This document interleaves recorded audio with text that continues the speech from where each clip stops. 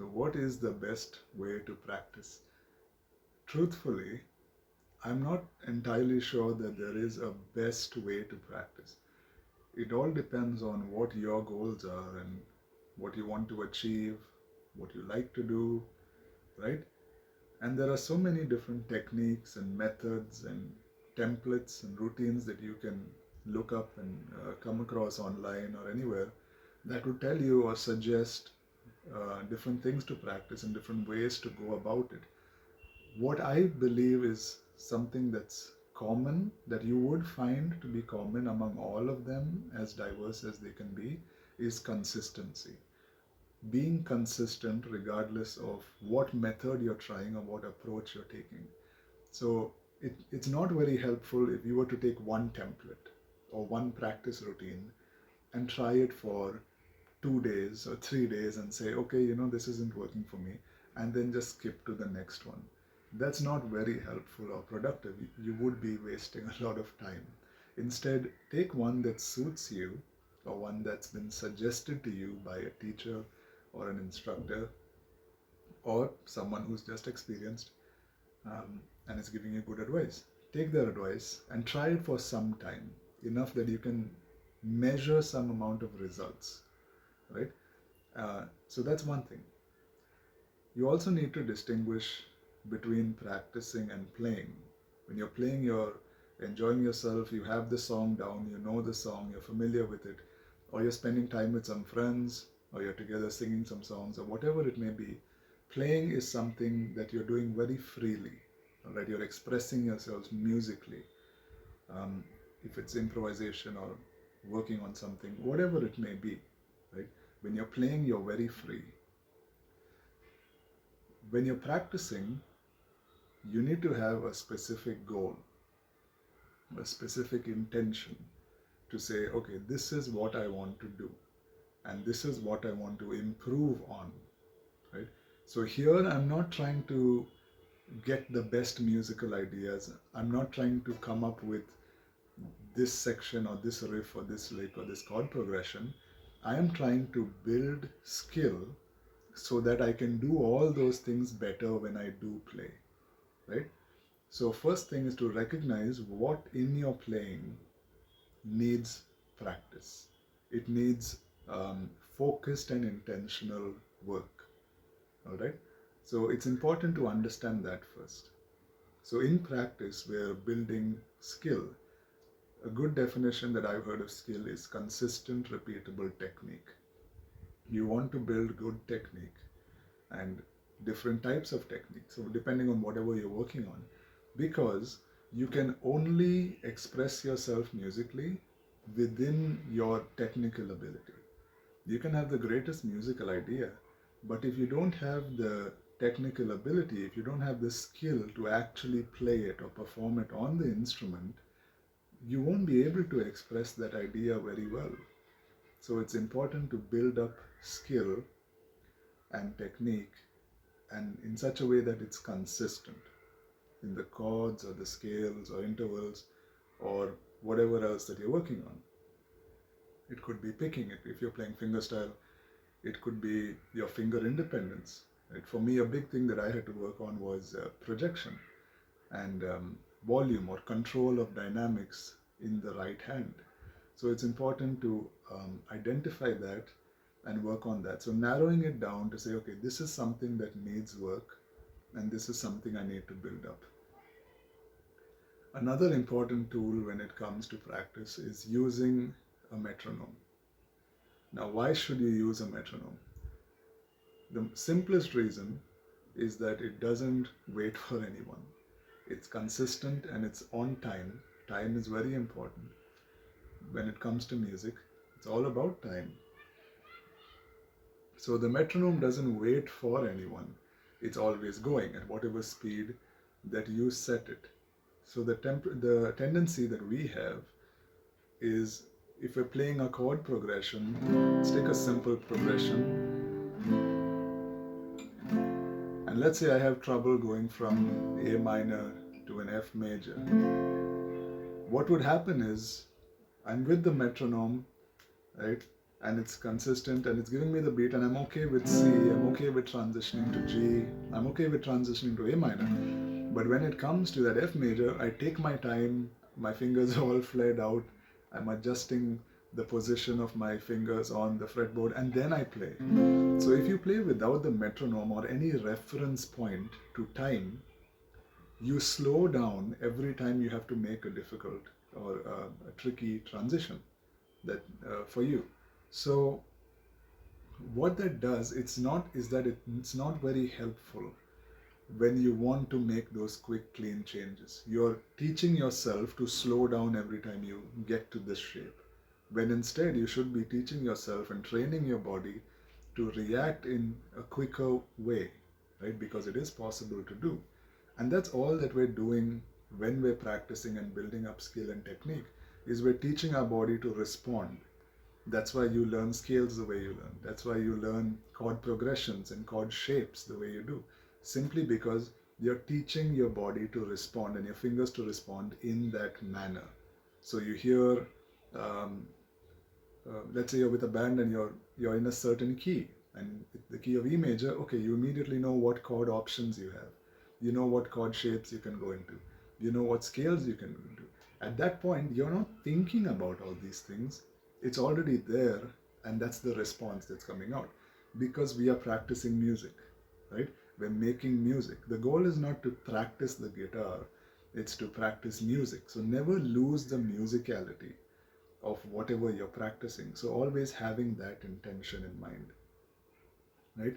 So the metronome keeps you in check. It forces you to make that quick change, because there's a time to do it slowly and there's a time to do it quickly, all right?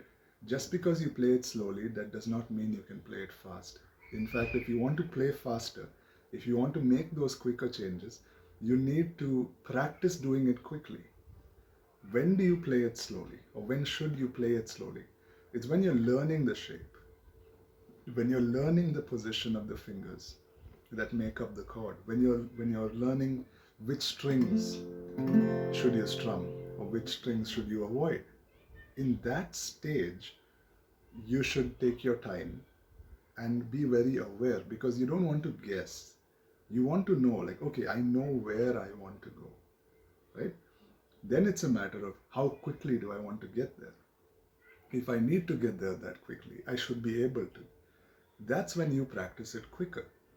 So you put your metronome at a higher speed and you practice making that jump. Now, what's an underlying technique in doing this? Well, it could be finger independence in the left hand. So you practice maybe an exercise that allows you to improve the independence of each finger, right? So these are ways that you can isolate and narrow down what exactly the problem is and what needs work. Because that's what you do in practice. You're problem solving. And you want to always have the musical end in mind. So that's the intention, that's the goal. You're not doing it to play the exercise better. If you have, whatever complicated exercise or challenging exercise that you may be working on, you're not trying to play the exercise better. You're trying to build your skill so that you can play that exercise smoothly, so that it applies and translates into your playing, so that you can make great music and not have to think too much or slow down and face any difficulties when you want to freely express yourself in a musical manner on your instrument, right? And then, of course, you have long periods of practice or short periods of practice. For me, a lot of it changed when I was in a situation where I was not able to have extended periods of practicing, and which was a good thing, because most of the practice I was doing wasn't really practice. I was confusing practicing with playing.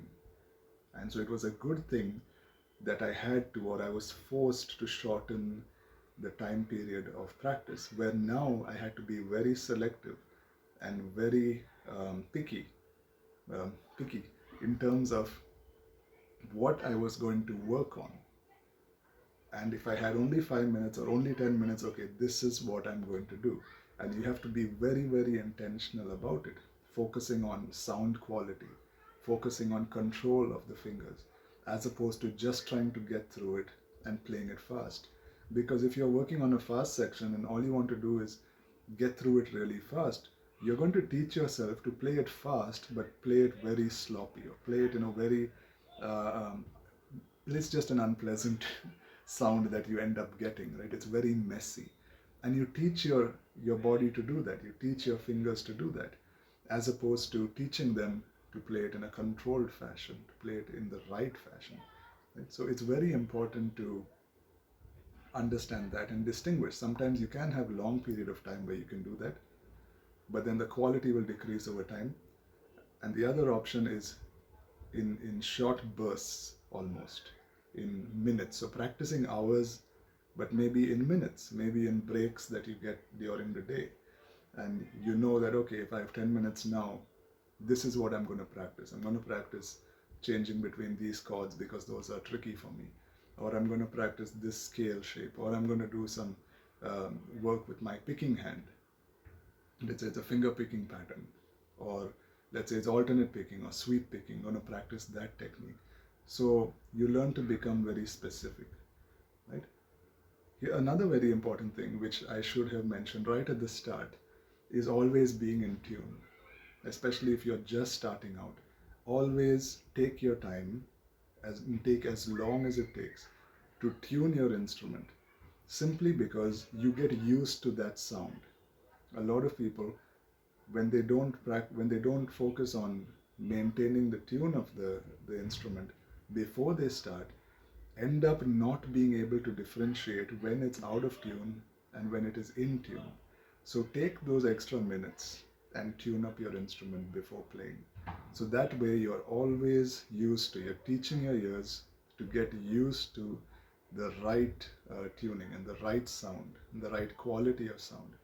A lot of times we try to focus on, well, how can I identify what's the error? How can I identify what's going wrong? Well, if you set yourself up for success by continuously exposing yourself to the right quality of sound, to the correct tuning, right? Or even when we're focusing on quality of each note, as opposed to just playing quickly or super fast. What happens is we are teaching ourselves to recognize that and to know that. So whenever we come into a situation where we don't recognize that, it immediately stands out. If something's off tune, if something's flat, it immediately stands out, right? So it's about setting yourself up for success and maintaining the right attitude towards it. You're practicing music. It takes time. It's not going to happen overnight. Maybe it will. Good for you if it does.